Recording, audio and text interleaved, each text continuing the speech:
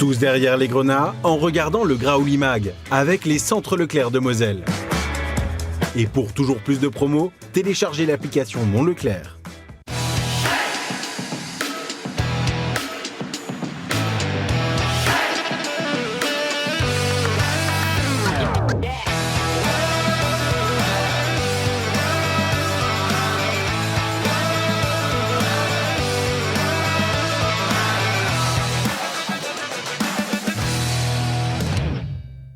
Le FC Metz officialise sa relégation en Ligue 2. Retour sur les discours de Benoît Thavenot et Bernard Serin, ainsi que la feuille de route de la saison prochaine dans le focus du jour. Il y avait match ce week-end. La prestation des Grenats face à l'AS Monaco n'aura pas suffi. Retour sur une rencontre à regret lors de cette 32e journée de Ligue 1. Bonjour à toutes et à tous, bienvenue dans votre nouveau Graouli Mag. On l'a attendu pendant des semaines et c'est désormais officiel. Après le match de ce week-end, le FC Metz jouera donc un cran en dessous de là où il évolue. Évidemment, on va continuer à revenir sur cette actualité du FC Metz car il y a pas mal de choses à dire entre la rencontre et la zone mixte de ce week-end. On va revenir là-dessus avec nos chroniqueurs du jour et je vais commencer avec Bernard Zégnier. Bernard, le FC Metz va là où tu n'as jamais été, en Ligue 2. Ouais, mais c'était prévisible depuis très longtemps. Donc oui. voilà, on n'attendait que l'aspect mathématique. Voilà, parce que de toutes les semaines, on nous disait que mathématiquement, c'était pas fait. Moi, je te faisais tous les scénarios possibles. Bon, là, c'est fait. C'est vrai que c'est mathématiquement fait à 2 journées de la fin. Bon, ou 3 journées de la fin, plutôt. Mais bon, c'était prévisible. Et face à toi, ils ne sont pas 3, mais 2. Il y a Mathéo Philippe qui est avec nous, qui enchaîne. Bonsoir. Une titularisation de temps en temps. Week-end difficile, mais surtout pour mes handball en fait. C'est surtout ça qui déçoit. Tu n'as pas vécu un week-end facile, je veux bien te l'accorder. À tes côtés, Angelo Salemi, qu'on n'a pas vu du week-end. Salut Émeric. Il a décidé de partir en break maintenant. Ouais. Cette fin de saison est difficile pour tout le monde. On va revenir évidemment sur tout ce qui s'est passé avec notre voix off, évidemment. C'est Nathan qui est avec nous pour discuter de 3 petites statistiques aussi. Salut Émeric, salut tout le monde. Et on va commencer avec la première partie de cette émission, c'est l'heure du focus. Eh oui, on est lundi, mais on verra sur le match après. D'abord, on va revenir sur le bilan, évidemment, de cette rencontre entre le FC Metz et Monaco. Eh bien, c'est officiel, le FC Metz est relégué en Ligue 2. On peut regarder, pendant qu'on en discute, les statistiques de cette équipe du FC Metz. Dernière au classement, c'est 16 points, c'est 3 victoires, 72 buts encaissés. Angelo, en fait, c'est juste la juste conclusion de cette saison. C'était tellement prévisible. Est-ce qu'il pouvait en être autrement? Tu peux essayer de le faire de manière un peu surprise, un peu? Oh non, la relégation, mince. Non, c'était fort. Jeu d'acteur. Pour Florent. Non, 3 victoires en 32 journées, 72 buts encaissés. Qu'est-ce qu'on peut attendre d'autre que la relégation en Ligue 2? Elle est intervenue samedi, mais comme l'a dit Bernard, on savait très bien que c'était déjà fini. Je dirais même qu'avant Monaco, on savait qu'il aurait fallu gagner un match 10-0, un autre 14-0 pour passer devant Auxerre à la différence de but. On le savait depuis longtemps, maintenant c'est officiel, on peut passer à autre chose et essayer de finir cette saison un petit peu dignement, comme l'ont dit Benoît Thavenot et Bernard Serin il y a quelques semaines. On va regarder évidemment pourquoi c'est enfin officiel mathématiquement. Alors, ça l'est avec la défaite du FC Metz, on va voir les différents résultats de ce week-end, mais pas que. Auxerre a également gagné, donc quoi qu'il arrivait, peu importe le résultat, ça n'aurait rien changé. Néanmoins, quand même, la victoire de Nantes face à Marseille, le match nul de Paris contre Lorient, encore de Nice et Lens, Lille-Le Havre, même résultat, la victoire du Paris FC 4-0, la victoire de Toulouse contre Strasbourg et la victoire de Lyon contre Rennes.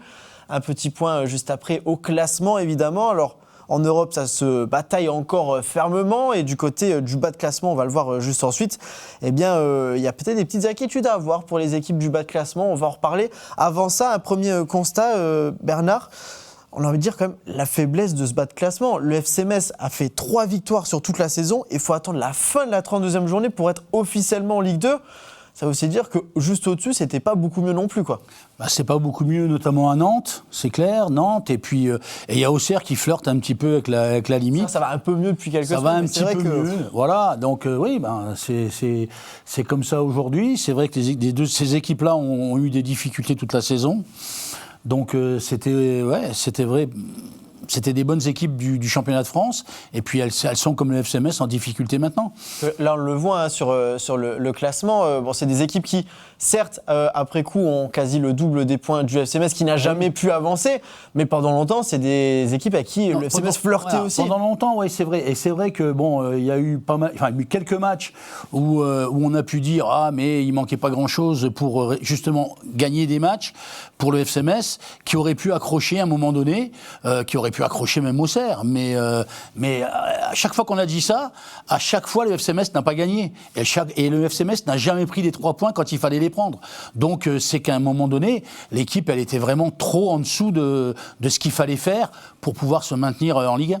Le FC Metz qui a le même nombre de points que Montpellier, qui a été relégué la saison dernière. Alors, après la 31e journée, ça avait aussi pris son temps, mais devant, c'était des équipes qui jouaient entre 36 et 30 points. Finalement, on est, on va dire, presque dans le même wagon que la saison dernière.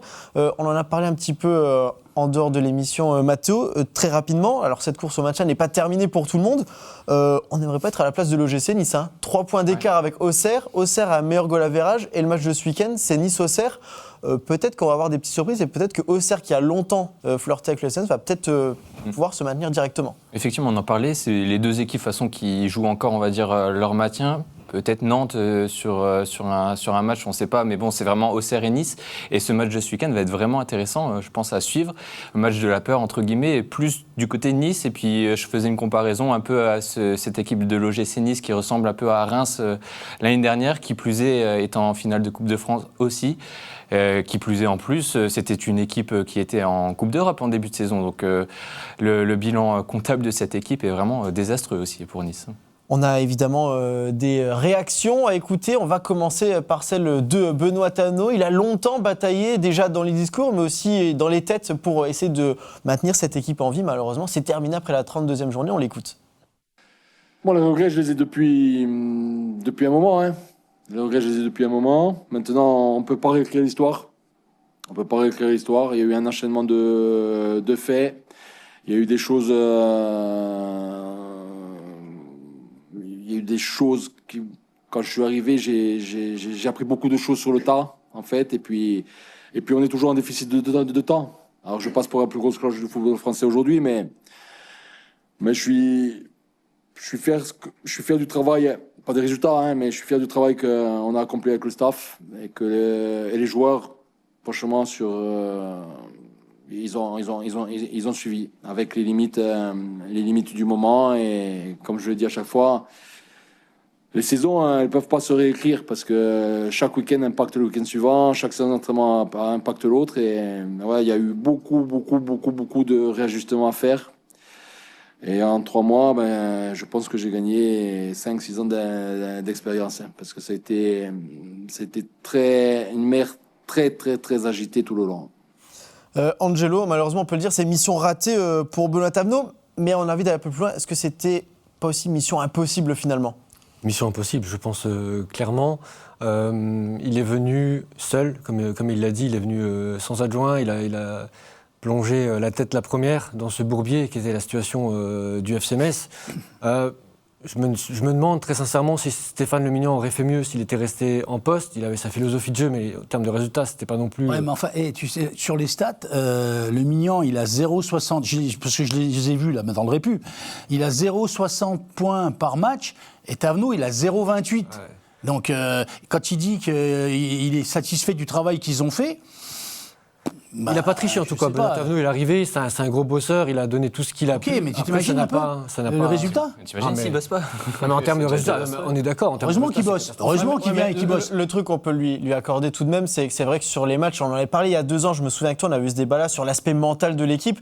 C'est vrai qu'il y a des matchs, on s'est dit, on voit Le Havre, comment une équipe qui est au fond du trou peut remonter 4 fois au score et tout. C'est vrai que par moment, évidemment, le FC Metz a pu montrer quelque chose alors qu'il était au fond du trou.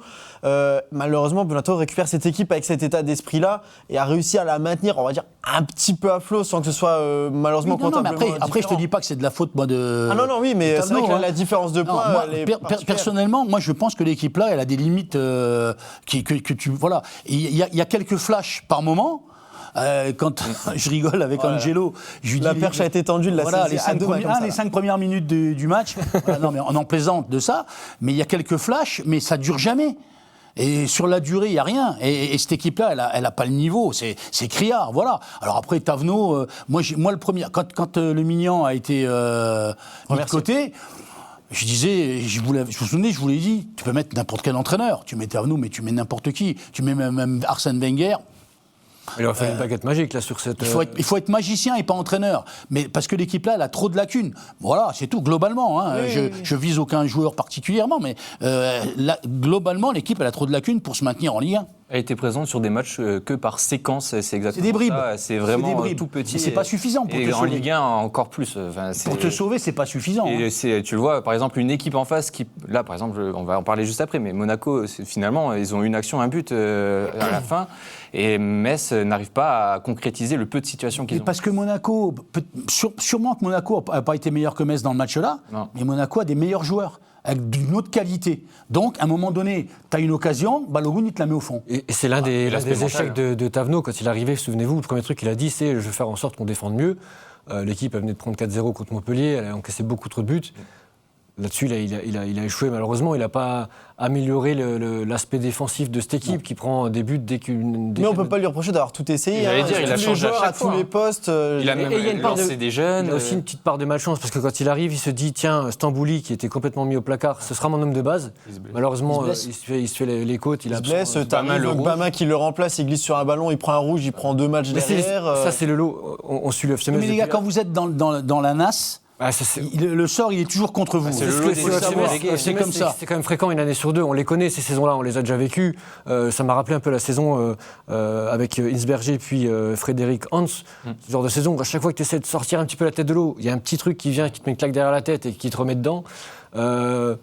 La malchance n'explique pas tout, mais il y a quand même une part de malchance dans ce genre de saison. Puis de toute façon, quand tu es au fond du trou comme ça, le mental, il est pareil. Tu es au fond du trou, t'as beau être performant.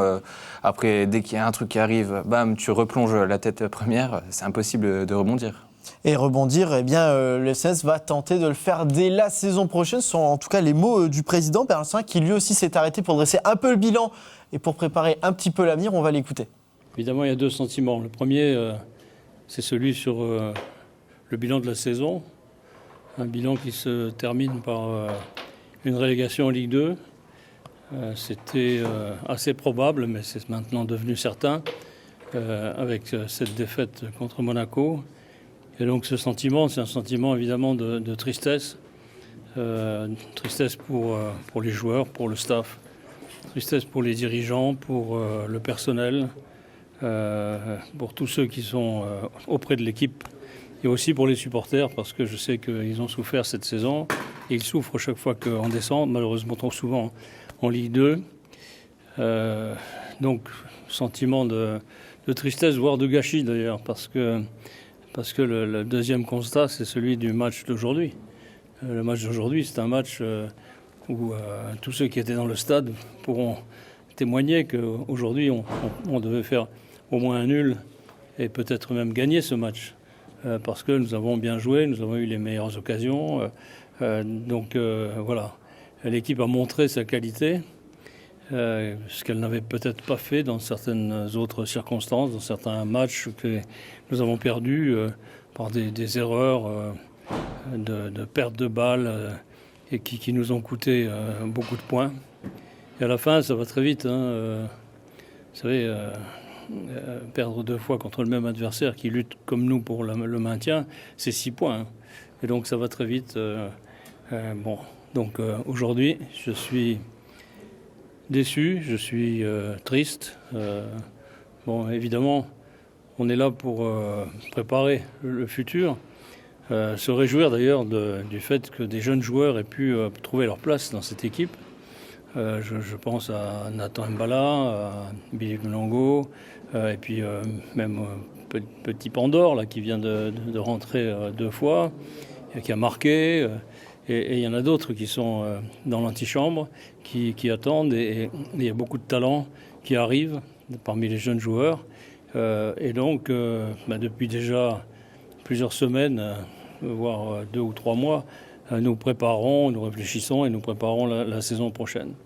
Donc on est au travail, en permanence. On a aujourd'hui évidemment un verdict qui est celui de la descente en Ligue 2, qui est confirmé, mais notre travail va se dérouler dans les semaines qui viennent avec plus de décisions à prendre, parce que vous savez très bien que décisions, on les prend quand la saison se termine, on les prend aussi quand le mercato est ouvert, parce qu'il y a des joueurs de chez nous qui peuvent partir, des joueurs qui sont en fin de contrat par exemple, et qu'on souhaiterait garder, mais qui peut-être ne resteront pas.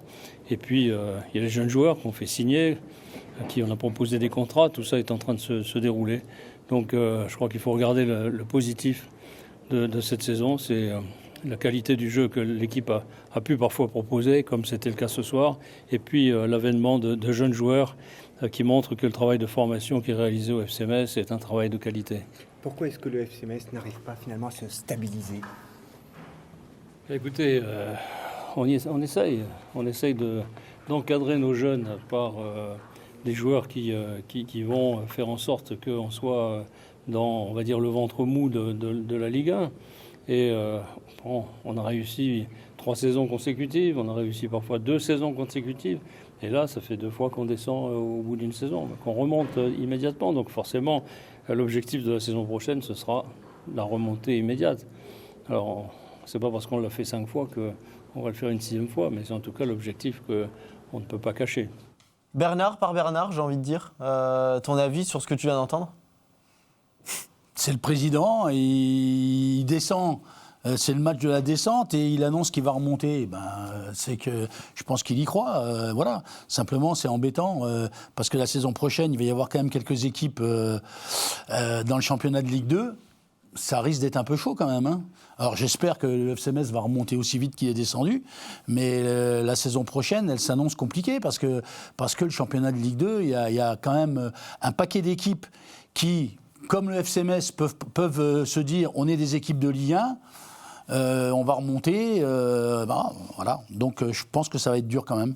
Et puis le chantier, Mathéo, avant d'aller l'année prochaine en Ligue 2, il va être aussi de gérer cette fin de saison. Il y a les fins de contrat, le mercato qui va arriver. Tous les jeunes ne l'ont pas encore signé, que tu aimerais peut-être garder sous le coude. Il y a aussi ça qu'il va falloir régler prochainement. Ouais, c'est ce qu'on disait dans la dernière émission, les contrats pas contrats avec les joueurs justement en fin de contrat, ceux vers qui tu vas vendre pour faire de l'argent, parce que ça va encore rentrer en compte. Oui. Quelle somme il va annoncer qu'on va devoir combler pour le déficit pour la saison prochaine, sachant que tu es relégué en 2e division. Les droits TV... tous les ans, c'est 20 millions. Voilà, ça va être encore une somme. C'est toujours la même chose, toujours le même discours, toujours le même scénario. J'ai envie de te dire, donc quelle équipe, quel directeur sportif, peut-être, quel projet, encore une fois les mêmes questions. On radote, mais finalement, le scénario est le même. C'est vrai, Angelo, que cette remontée immédiate, j'ai écrit projet crédible avec projet entre guillemets. C'est vrai que là, en fait, on se rend compte qu'il faut encore une fois tout recommencer à zéro, presque quoi. Cette saison, on en a parlé plutôt dans la saison avec le ras-le-bol des supporters qu'on partage en grande partie. Remonter en Ligue 1, ok. Pour faire quoi ? Pour faire quoi ? Qu'est-ce que tu proposes comme projet ? On parle tout le temps des 20 millions de ventes avant chaque début de saison. Ça, déjà, en étant relégué, je trouve que c'est difficile, mais en étant promu, c'est mission impossible. On le dit, on le répète, chaque saison de Ligue 1, tu démarres avec un effectif inférieur à ce que tu avais la saison d'avant en Ligue 2. On le voit que ça ne marche pas, c'est un plafond de verre qui... Parce que là, le président dit quand même, sur les dernières saisons quand même, c'est des jeunes joueurs qu'on entoure avec des pros. L'objectif, c'est pas de jouer le maintien, c'est d'être dans le ventre mou du classement. On en est loin aujourd'hui. Ah mais c'est clair, après il y a eu des relégations où c'est pas passé loin. Je pense à celle il y a 2 ans où on avait un arbre qui cachait la forêt qui s'appelait Mikotadze, qui a permis, grâce à ses qualités exceptionnelles, d'y croire jusqu'à la fin. Mais c'était déjà très léger en termes d'effectif global. La relégation sous Antonetti qui se joue à la dernière journée, celle-là... Le seul espoir que tu avais cette saison, c'était que cette Ligue 1 est vraiment très faible. Face à, tu vois, devant toi, les équipes que tu as devant toi... Et t'as été encore plus faible, t'as été encore plus faible dans tous les domaines. Ça se voyait en Coupe de France. L'interrogation que t'as, c'est est-ce que t'es capable de régler tes problèmes si tu restes une 2e saison en Ligue 1, mais t'es même pas sûr finalement. Et ça s'est vu en Coupe Parce de que France, si tu restes là de cette manière-là, qu'est-ce qui dit que l'année prochaine ça va mieux se passer en fait ? Contre une équipe de Ligue 2, tu te prends 4-0. Ça se voit qu'on était inférieur à ce qu'on montrait la saison avant avec Stéphane Lumignan. Mais c'est une équipe qui a été trop légère dans tous les domaines, et notamment dans les têtes. Le 4-0 contre Montpellier, ça l'illustre bien. Le fait d'avoir remporté 3 matchs de suite et de ne pas capitaliser là-dessus, parce que tu as eu le malheur de reperdre un match. Le match contre Brest, tu perds, scénario assez, tu retombes assez dans tes fou. travers psychologiquement. j'ai envie de dire, finesse, t'as perdu un match, passe à autre chose. Et toute la saison, ça a été ça. Tu t'es écroulé sur les fameux matchs qu'il fallait pas perdre. Le Metz-Auxerre de mi-février. J'ai jamais vu une équipe se liquéfier comme ça. On a vu des garçons qui avaient la tremblote au niveau des rotules. Ah, mais c'est une équipe qui avait déjà donc une qualité de foot moyenne, mais en plus de ça, mentalement, ils n'y étaient pas. Ouais, c'est le plus C'était pas, important. c'était pas Alors que suffisant. parfois, l'un permet de compenser. Et je dis tout le temps, je n'englobe pas tout le monde là-dedans. Mais il y a une grosse partie de l'effectif qui n'avait pas le mental qu'il fallait. On en reparlera sûrement d'ici la fin de la saison, mais il y a la notion de taulier que tu n'as peut-être pas vu aussi cette saison. Parce que déjà, de changer plusieurs fois le brassard, tu l'as pas. Tes joueurs d'expérience, c'est ceux qui n'ont pas répondu présent. Il y a un moment donné aussi où, quand tu vas mal dans la tête, il faut qu'il y ait des gens qui soient capables de tirer vers le haut. Tout à l'heure, t'as Stambouli qui a été blessé, qui s'est pété une côte et qui n'a pas joué. Moi, je pense que le garçon là, il aurait fallu qu'il joue toute la saison. Parce que, par son expérience, il était là pour tenir l'équipe. Le mignon ne comptait pas sur lui. Parce que quand tu parles de taulier, c'est le prototype du garçon qu'il fallait cette année. Je suis d'accord. C'est comme ça, il s'est blessé. Après, voilà. Le milieu avec lequel on est monté, c'est-à-dire Deminguet, Stambouli, Hein, on l'a vu finalement que les 2 matchs contre Monaco. C'est le match aller contre Monaco et au match retour. C'est les seuls matchs. Et finalement, je trouve que c'est des matchs où on était plutôt bon. Alors certes, on se prend un gros score à la fin, mais finalement, t'es bon, mais tu perds. Mais c'est le meilleur milieu que tu pouvais avoir. Et on l'a pas vu. Et tu l'as jamais vu. Boubacar Traoré, on s'est dit au début, pourquoi pas, parce qu'il était dans le moule FCMS. C'est une bonne idée sur le papier. En fait, là où tu avais un joueur qui devait faire ses preuves, tu l'as catapulté direct au premier plan et ça n'a pas marché. Derrière, tes valeurs sûres, tu n'as pas forcément compté dessus. Quand tu joues toute une saison, à chaque fois on a tiré dessus, le pauvre, mais toute une saison sur Touré, finalement tu fais une saison avec un joueur de 19 ans qui découvre la Ligue 1. C'est pas lui qui doit porter l'équipe, ça doit être des joueurs comme on l'a dit, Stambouli, malheureusement il y a tout le contexte autour de lui. Et c'est plein de joueurs comme ça, finalement, qui font que cette descente s'explique comme ça. On aura évidemment l'occasion de revenir sur ce fameux projet tout au long de la saison prochaine, mais aussi un petit peu sur cette fin de championnat. On va quand même revenir sur l'affiche de ce week-end, parce qu'il y a eu un match, et puis il y a quelques petites choses à dire. On va en parler tout de suite dans le journal de la Ligue 1. Retour donc, messieurs, sur cette affiche de la 32e journée, Metz-Monaco. On va regarder rapidement les statistiques. C'est pas forcément ce qui va nous retenir notre attention aujourd'hui, mais tout de même, 66% de possession contre 34, c'est 13 tirs à 15 pour un tir cadré à 3. Beaucoup de déchets dans cette rencontre, mais on a envie de dire, Bernard, je sais pas si tu es d'accord, dans la forme, pour le FC Metz, ça a été un des matchs les plus aboutis de 2026. Oui, c'est vrai. C'est tout le paradoxe de celui qui te fait descendre. De cette équipe, voilà. C'est que le match-là, tu fais abstraction du résultat, tu dis que c'était pas mal.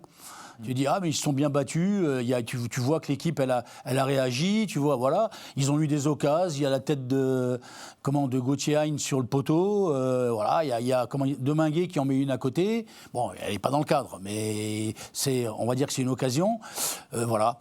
Et puis, résultat final, défaite. Donc, c'est qu'à un moment donné, il manque quand même quelque chose. Alors, voilà, c'est tout. C'est qu'à cette équipe-là, il lui aura manqué quelque chose dans tous les matchs quasiment qu'ils ont fait. Alors, il y a aussi d'autres matchs où on a dit « Ah, mais c'était bien ». Je te citais toujours l'histoire, quand c'était contre Paris, je ne sais plus, pendant une demi-heure, c'était bien, la deuxième mi-temps. Oui, mais ils ont perdu.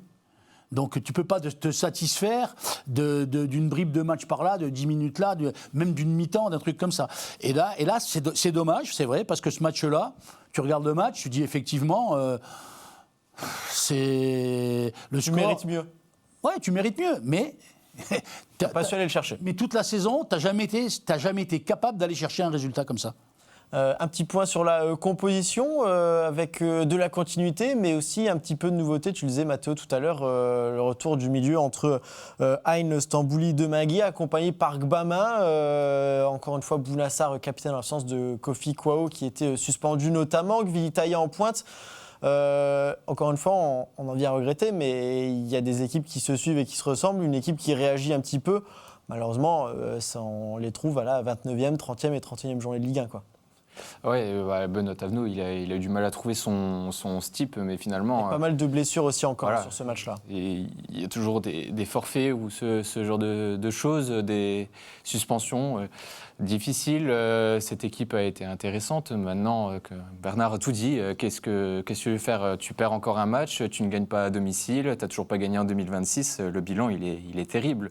Ça fait quand même plus de 20 matchs, c'est ça, où tu n'as toujours pas goûté ce goût de la victoire. Tu n'attends que ça, il reste 2 matchs. Ça se trouve, tu vas passer une deuxième partie de saison où tu n'as pas gagné une fois. Et ça, c'est quand même assez fou quand tu y penses. Ça remonte assez loin début novembre. C'est quand même un match qui, je pense, a montré qu'il n'y a pas forcément de tricheur dans cette équipe. C'est un mot qui revient des fois quand une équipe est lanterne rouge.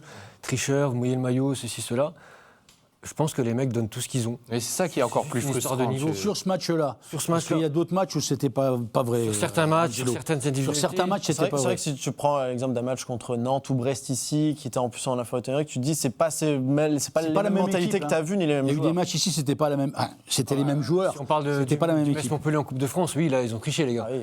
Mais sur un match comme ça, Sur ce match-là, non. tout le monde a donné ce qu'il avait. Certains vont dire c'est parce que c'est contre Monaco, grosse équipe, etc. On peut dire aussi que c'était un petit Monaco, mais quand on voit Mais ça, c'est pas le problème de les Metz. 2 buts inscrits, en fait, on se dit que dès que Monaco a envie de mettre de l'application, de mettre un coup d'accélérateur, la défense n'y était pas, parce que c'est un problème de niveau. On le dit, on le répète. À c'est un problème 72 de niveau. buts, il y a pas de Un niveau. Balogun, un Pogba, quand s'ils ont envie de mettre un coup d'accélérateur, les Messins ne suivent pas, parce qu'ils n'ont pas le niveau pour suivre, tout simplement. Mais j'ai envie de dire, voilà, j'ai envie de souligner que cette équipe ne triche pas et n'a pas triché. N'a pas triché, elle a surtout ouvert le score, ce qui est assez rare pour le souligner. Alors c'était sur coup de pied arrêté, Gauthier pour Jesse Deminguet. Très rapidement, Nathan, c'est vrai que cette ouverture du score, c'est un petit événement du côté du FC Metz. Et ouais, il faut remonter au 4 janvier dernier pour voir le FC Metz ouvrir le score en Ligue 1. En plus, c'est la 3e fois que le FC Metz s'incline après avoir ouvert le score. Ça paraît anecdotique, mais en fait, il n'y a que Lyon qui a réussi à faire pire cette saison avec 4 défaites.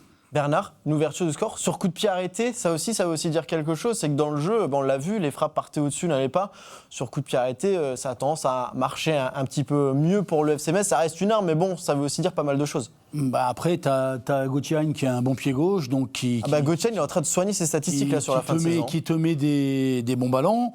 Donc voilà, après, je te dis pas que c'est facile, parce que là, Deminguet, il coupe au premier poteau, il va la toucher. Travaille à l'entraînement. Donc, C'est un beau but quand même. Je pense, ouais, j'en sais rien, je pense.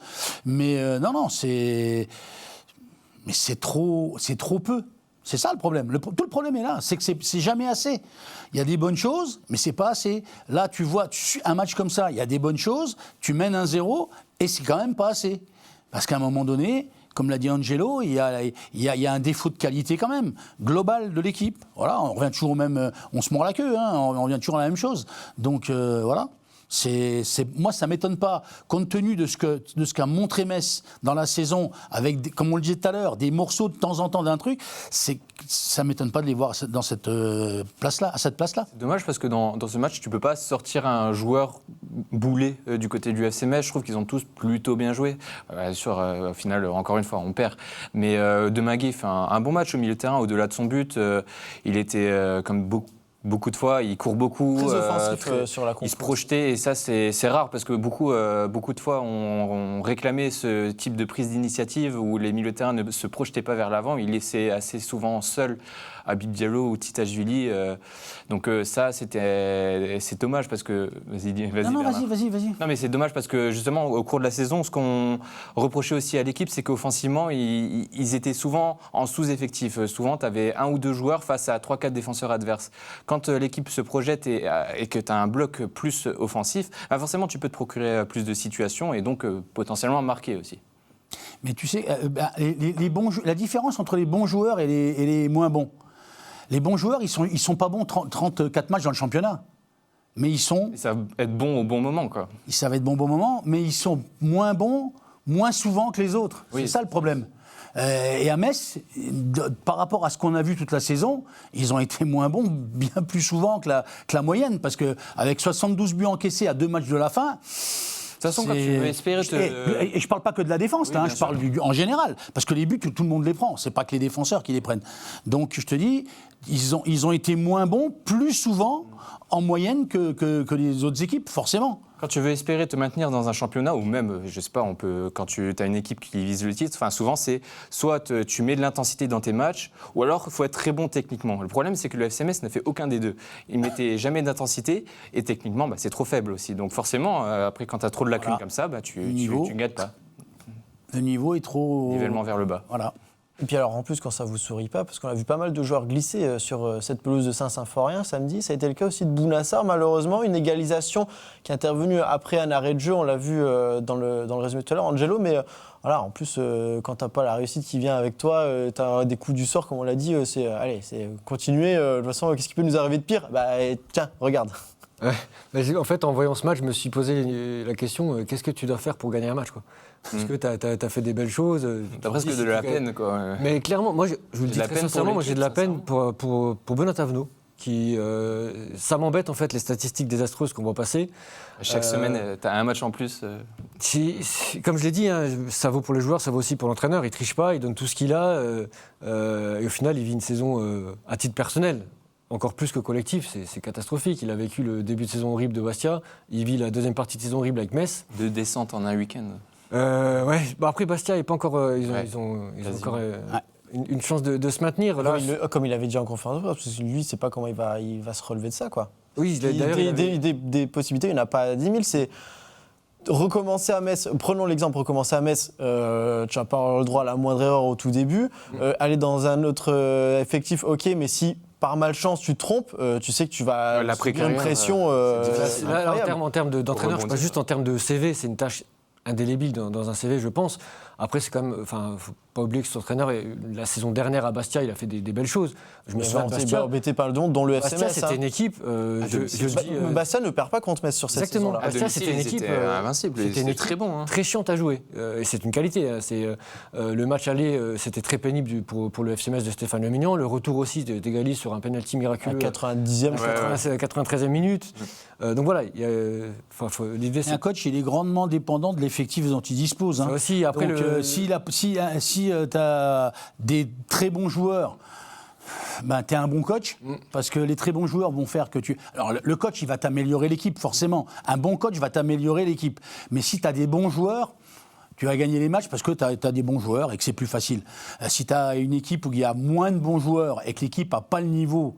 C'est compliqué, même si l'entraîneur est un très bon entraîneur ou reconnu comme un très bon entraîneur. Je trouve que donc, ces gens-là, ils dépendent fortement, même s'ils apportent leur pierre à l'édifice, ils dépendent fortement de l'effectif dont ils disposent.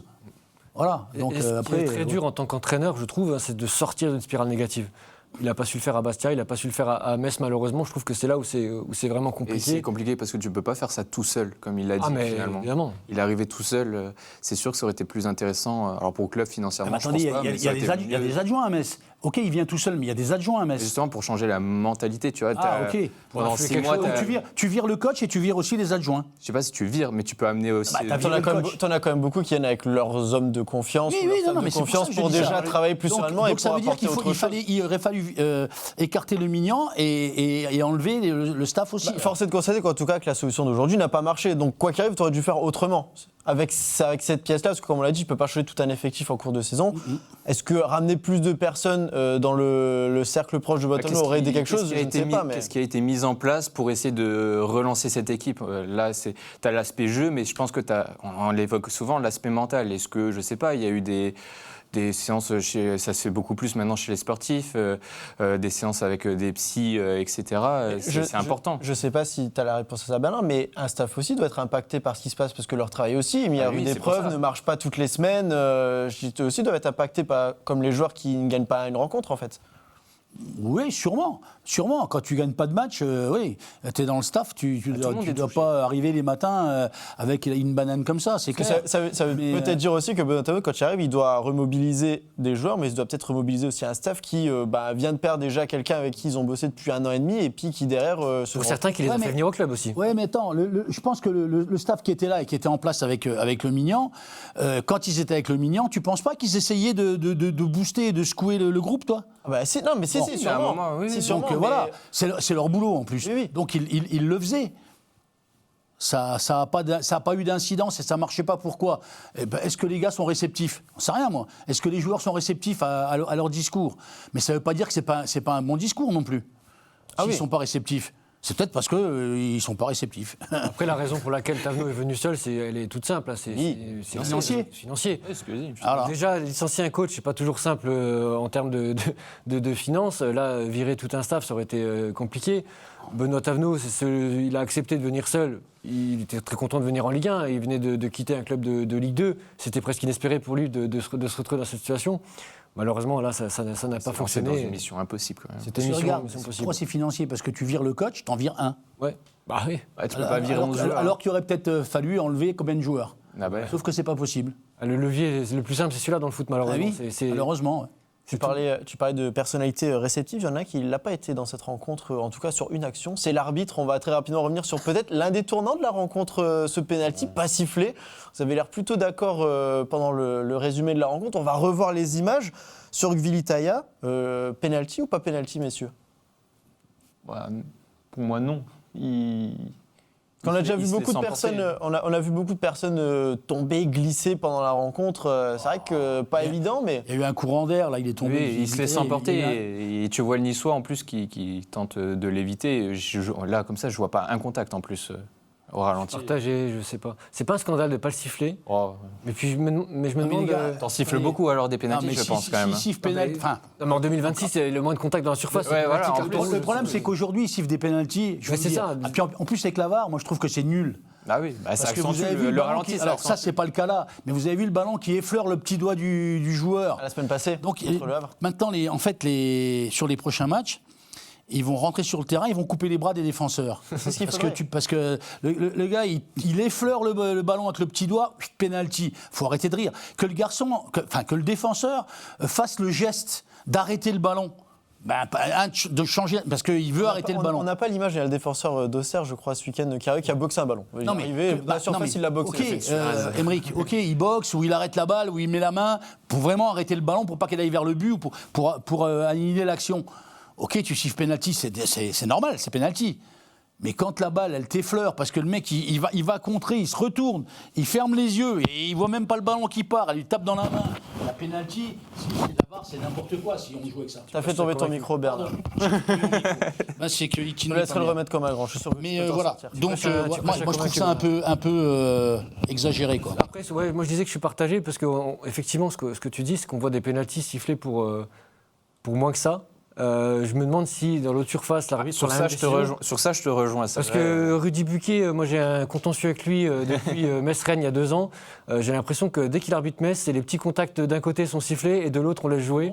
Évidemment, dans cette rencontre, on l'a mis sur le texte qui est juste derrière moi, j'ai envie de dire Mathéo, jusqu'au bout, parce que il n'y a peut-être pas eu pénalty, mais il y a encore eu un but dans ce match. Ansu Fati, comme au match aller, il est entré et puis il a fait quelques dégâts du côté du FC Metz. Avec pas mal de qualité, on le voit évidemment sur le ralenti. Mais voilà, le FC Metz pouvait au moins espérer ne pas perdre ce match, finalement vient le perdre dans le temps additionnel, parce que comme on l'a dit, une fois que tu commences à plonger, tu y vas à fond, quoi. Je suis sûr que beaucoup de monde, malheureusement, ils ont vu ce scénario arriver. Que plus la fin de match se profilait, plus on voyait Metz qui n'arrivait pas à marquer. Tu avais un Monaco qui était en obligation de résultat aussi. Et qui faisait, en plus, nous, on fait le poteau juste avant. Monaco qui doit absolument gagner dans la course à l'Europe. Le talent qui parle pour Ansu Fati. Ansu Fati, on ne le voit pas beaucoup sur le terrain, mais quand on le voit, il marque. C'est vrai que je crois que c'est une dizaine de buts, 10-12 buts pour un joueur qui... 11, je crois que c'est son meilleur total sur une saison. Voilà, alors qu'il a quand même fait une saison en dents de scie où il était souvent absent. Très bon joueur quand même, effectivement. Là, il a un peu de chance, un peu touché, il me semble, sur le ballon.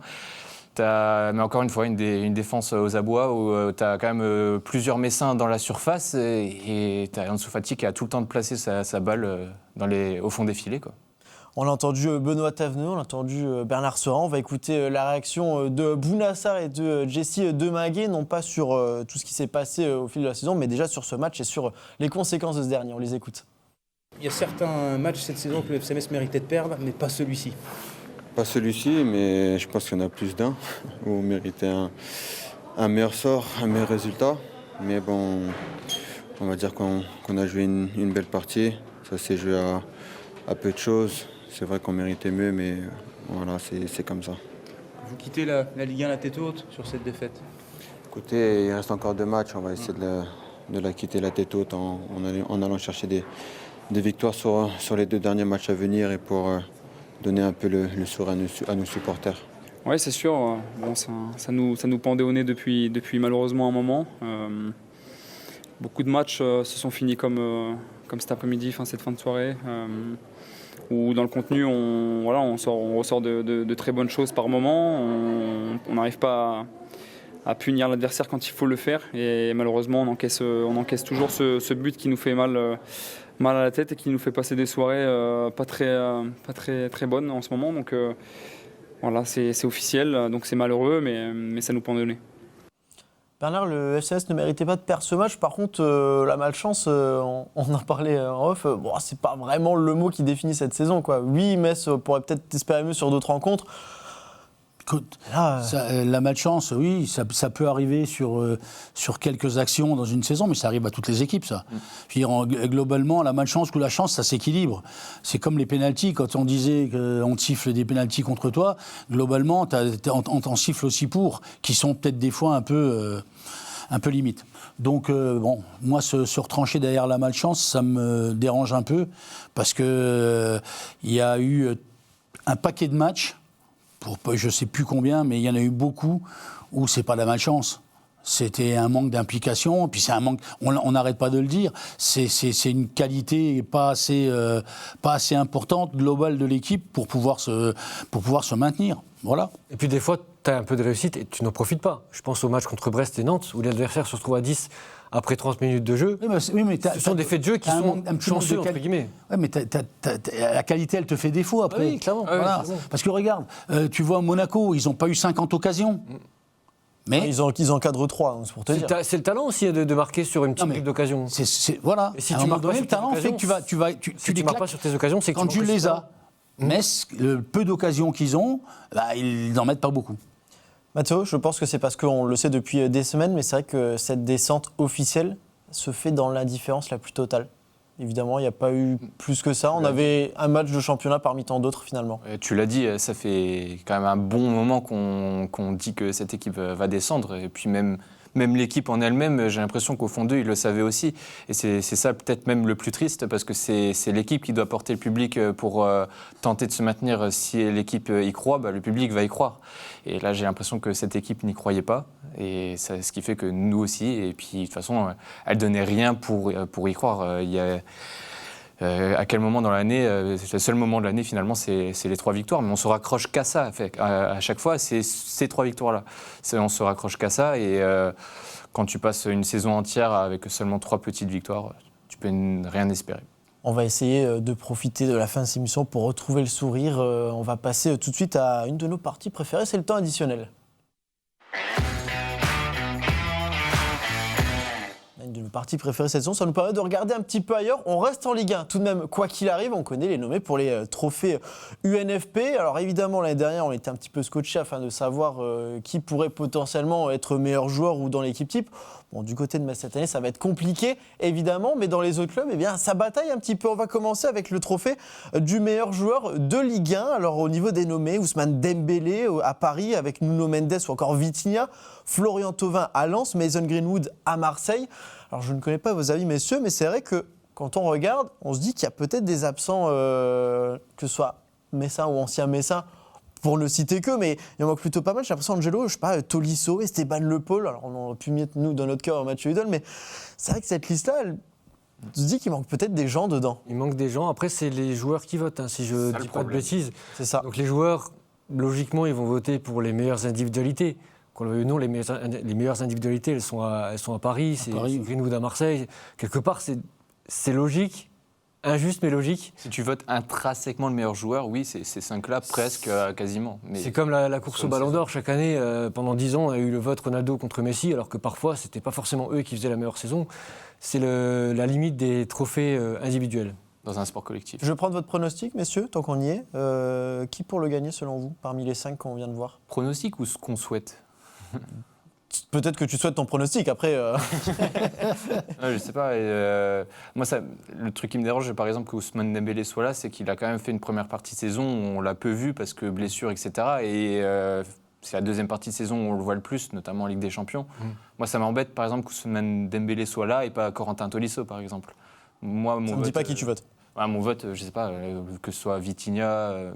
Moi, j'aime bien Vitinha. Ouais, moi aussi. Regarde 3 Vitinha, il passe. Mais je vais vous ressortir la séquence, je vous promets. Ah, tu peux, tu Du verras. côté du meilleur entraîneur, il y a aussi des personnalités qui ont été mises en avant. Luis Enrique à Paris, Paulo Fonseca à Lyon, Olivier Pantaloni à Lorient, Bruno Genesio à Lille, Pierre Sage à Lens, des clubs du haut classement.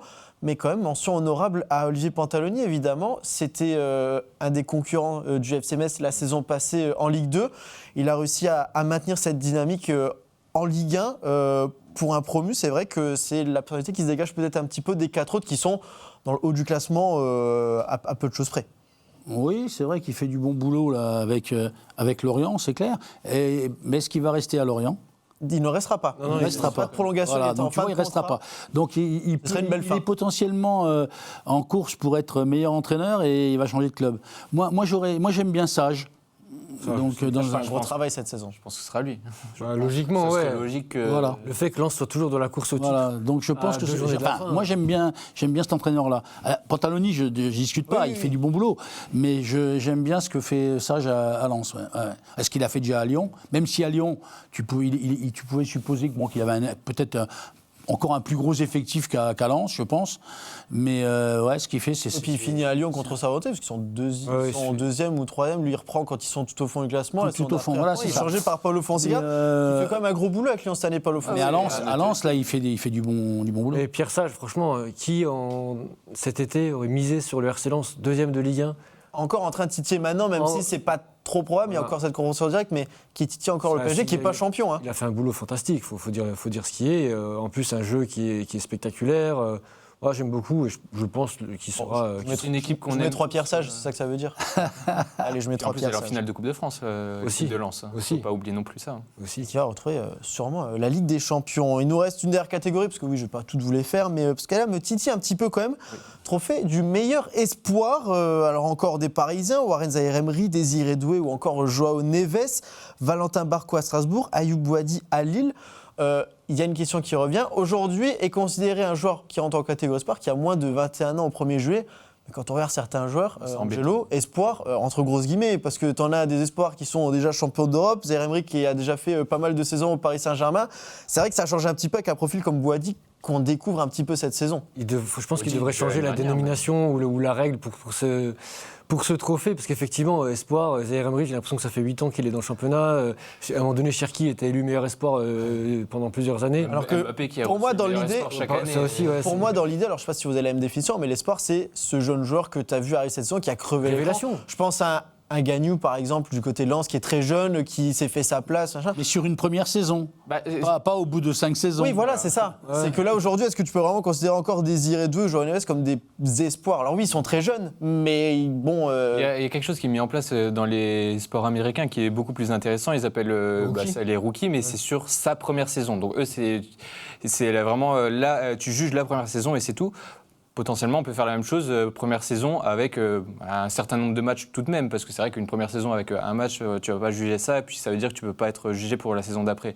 Mais moi, une première saison avec une quinzaine de matchs, je pense que tu peux déjà en parler, parce que Zaïre-Emery, comme on l'a dit, on a l'impression que ça fait 10 ans qu'il est là. C'est dommage de juger. Ce qui était rigolo avec Zaïre-Emery, c'est que l'année dernière, il a un coup de mou, et ce qu'on disait presque, c'est ce qu'il n'est pas fini. Ouais, déjà. Alors qu'il n'a pas 18 ans, ce qui est lunaire. Alors qu'aujourd'hui, il a remplacé Achraf Hakimi à droite, qui s'était longtemps blessé. En fait, il joue quasiment. C'est le joueur qui a le plus joué au PSG. Ouais, il fait une saison extraordinaire. Franchement, pour avoir rebondi comme il l'a fait, bravo à lui. Est-ce qu'il y a un petit pronostic pour ces 5-là, même si Valentin Barco ne fait pas une mauvaise saison avec Strasbourg non plus? Ouais, mais sa célébration contre Metz, j'ai pas aimé. Je pense que Bernard te répondra, c'est le juste retour de ce qu'il y a eu juste avant avec Gauthier qui fait sa célébration après le penalty. C'est le jeu en même temps. Oui, c'est ça. Il y a qui? Neves aussi? Neves, Désiré Doué, Warren Zaïre-Emery, Barco ou Boadi? Neves. Ouais, je pars sur un Zaïre-Emery. Il peut nous le ressortir alors. C'est bien parce que là vous n'avez pas le même en plus, donc il y en a peut-être un qui aura raison par rapport aux autres. Neves et Zaïre-Emery. Notamment pour son match contre Toulouse. Neves, Ah oui, j'ai oublié. Retourne à Croatie. Ah. Allez, attends, tu vas encore changer. Ah, c'est bon, laisse. Eh ben, on va arriver au bout de cette émission. Alors, il y a les trophées NFP qui auront lieu là, c'est ce jeudi, me semble-t-il. On essaiera d'aller titiller un petit peu Franck Signorino qui a été faire le tour de quelques clubs, voir. Non pas les indiscrétions, on les aura pas, mais c'est des petites anecdotes peut-être à mettre en avant. Il nous reste un petit mot pour la fin tout de même. On a dit qu'on les suivrait et c'est le cas jusqu'à la fin de cette saison. Les féminines du FC Metz qui se sont imposées ce week-end face à Auxerre. Elles ont été menées, finalement, elles ont réussi à renverser la peur et surtout, elles sortent de la zone de relégation à égalité de points avec Rodez, certes, mais elles ont un peu plus d'avantage au goal average. Il reste 2 journées, ce ne sera pas évident, mais on espère évidemment que les féminines continueront à surfer sur cette victoire-là pour pouvoir se maintenir. Messieurs, nous on arrive déjà à la fin de cette émission-ci. Merci de m'avoir accompagné, ça a été riche en débats, j'ai pas mal apprécié. Évidemment, ce n'est pas fini, la saison n'est pas finie, le Grauli Mag non plus. On se retrouve très vite sur Moselle TV.